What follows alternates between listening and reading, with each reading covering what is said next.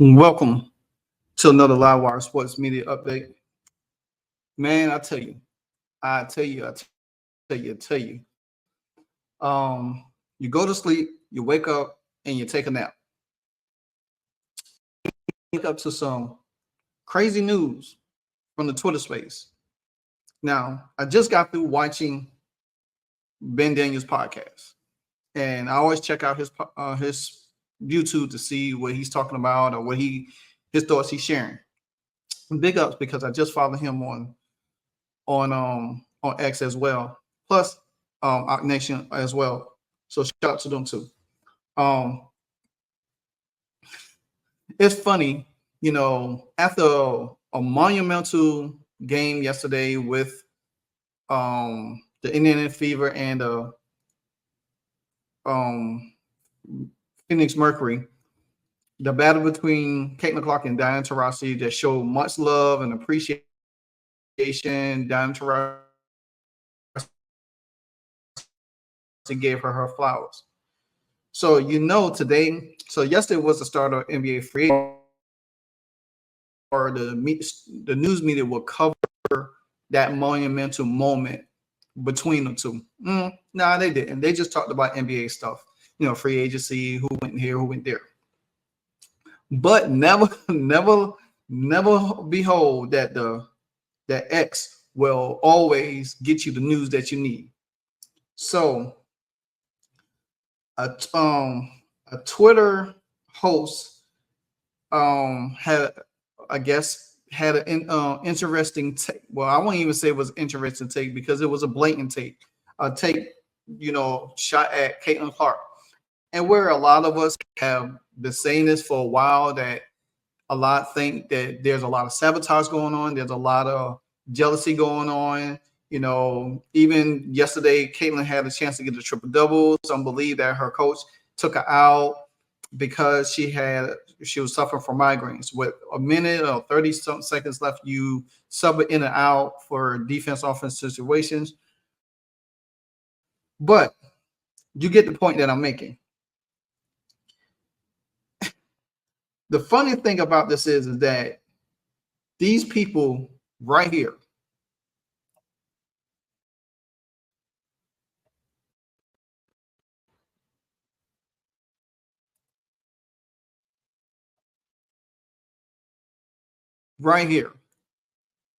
genuinely said,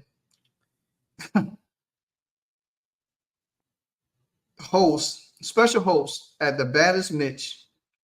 You got WNBA Twitter host Mark, whoever his name is, and Tanika, which I've been tearing her up on X. She's kind of like trying to defend the actions and saying that she wasn't on the line. The line got disconnected, but you could clearly hear her laughing in the background. Then some girl named Diamond F. And clearly these people have votes. When you have a vote, you have your word is kind of like powerful and whatever the case may be. So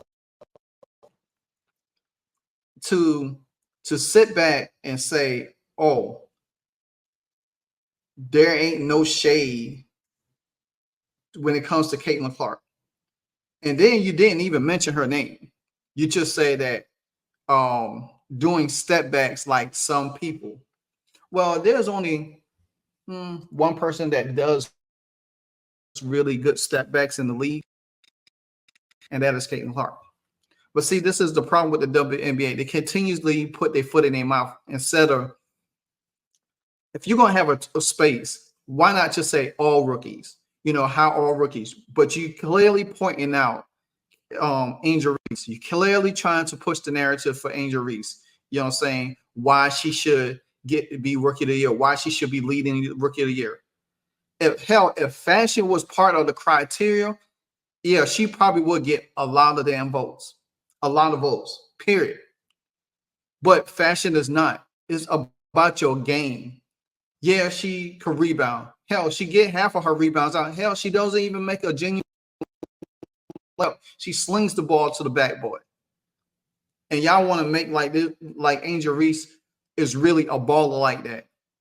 Hell, if she was playing in the NBA, she would have been in there for rebounding purpose and defensive purpose, because she damn sure won't be in there for scoring, because she doesn't impact her team scoring the ball. Hell, matter of fact, if you look at her team statistics when it comes to scoring, ranking, they've probably been pretty low. How in the hell you could sit here and discuss fashion and dating as some kind of statistical notch for the rookie of the year? See, this is where they continuously to get themselves in trouble, because they want to change the rules to fit their favorite player, or push the agenda to fit their favorite player. Her business like business. I just saw a dumb tweet earlier where we all know that the T-Mobile arena for the Aces, the arena that the Aces play in, has been moved to T-Mobile Arena because Caitlin Clark don't play them tomorrow night. Because their arena wouldn't hold from 12,000, that probably will bring another almost 10,000 with her. So they need to open up the space to 18,000. And the guy said that they did not move the arena for Caitlin Clark. They moved it for Angel Wilson. Get the hell out of here. See, again, when you bring facts to people, people don't like it. When you tell them like it is, they don't like it. They find other reasons. Because if Angel Wilson was that person, they would have been playing in the T-Mobile Arena all season long. But they're playing in a small arena and saying it's a sellout. Well, tomorrow night you get to see a real sellout. You get to see a real sellout. Anyway, back to this Twitter space mess. These people literally have a conspiracy against Caitlin Clark. They do not want her to be the face of the league. But I'm sorry, she is the face of the league. You have tried to do everything to stop her, and her brand continuously to grow. Her light continues to shine. So her status continues to get bigger, and it's going to get bigger. And if you didn't like the exchange between her and Diana Taurasi yesterday, where it just co-signs who is the torch is really passed to be the face of the league. That was evident yesterday. That was evident. But then again, you got a young lady that's on the verge to average 15, 5, and 5 as a rookie. No other rookie could do that. But then Miss Tanika on her Twitter is known, she knows sports. Well, I'm sorry to tell you, you don't know jack. Matter of fact, let me take it further back. You don't know Bo Diddley. How about that? She said,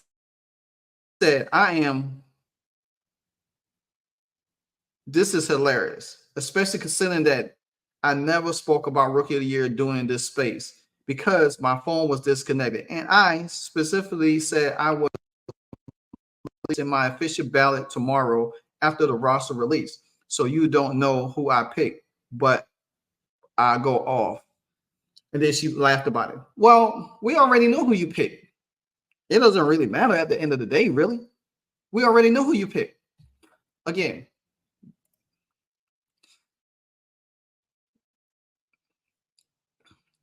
so why are you trying to clarify these jackasses right here? Yes, I'm calling them what they are, jackasses. Because the fact they think nobody's paying attention to what's going on in Twitter. And they think they could just tweet something or have something and it's not going to get caught or people is not going to listen to it. You spent 50 minutes. We already know Tanika is a well-known Clark hater. See, she knows that Clark fan voting was second to Angel Wilson and has a chance to push her for the first place because guess who's third? Her counterpart, Aaliyah Boston. But you mentioned Trinity Carter, you mentioned Alyssa Smith, Dejanay Carrington, um, probably Alyssa Thomas, Dewana Bonner, who all of these other people. But you shied away from saying Caitlin Clark name. I wish some of us was able to get into some of that Twitter space to really, because they probably would, as soon as we brought up Caitlin Clark, they probably would have cut us off. They would have cut us off. And then the young lady, what's her name? Diamond Forest.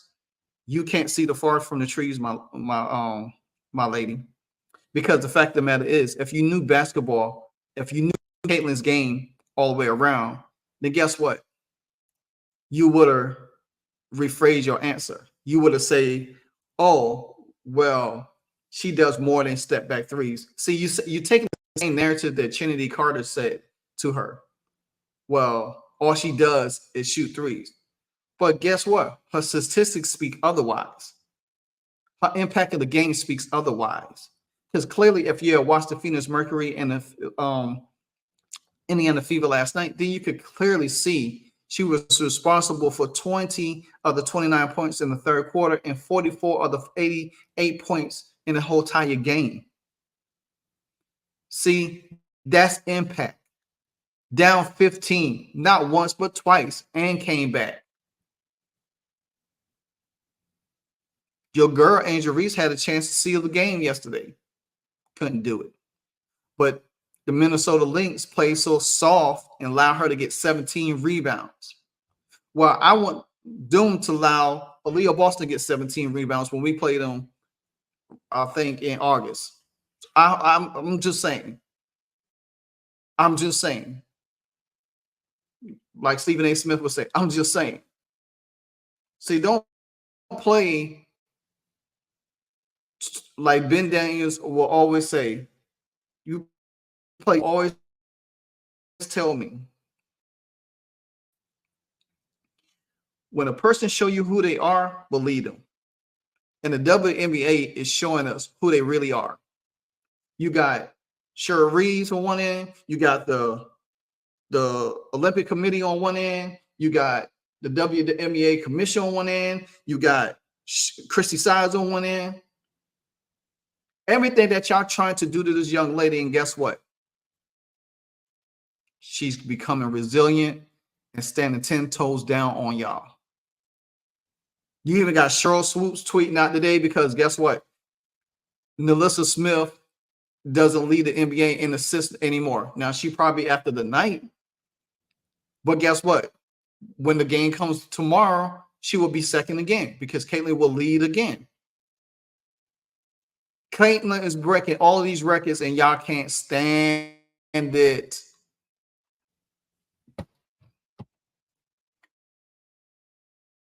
As I will do my Roman Reigns impression, when Caitlin walks into arena, away or home, and she says, T-Mobile Arena, acknowledge me. That's the feeling that she gets. You see all the love.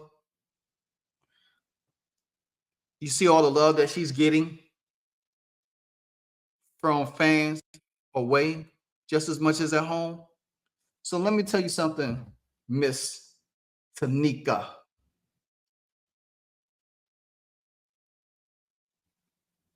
When it's all said and done, jokes will be on you. This is Livewire Sports Media. Until then,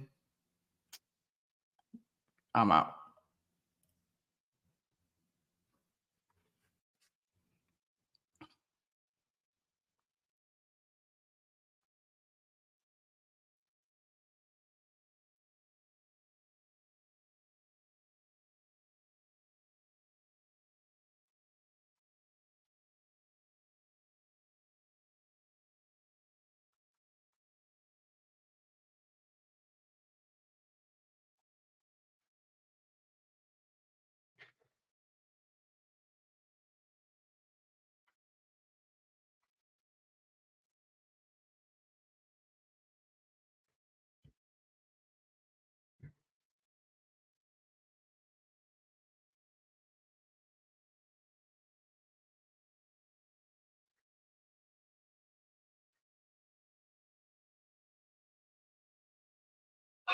Yeah,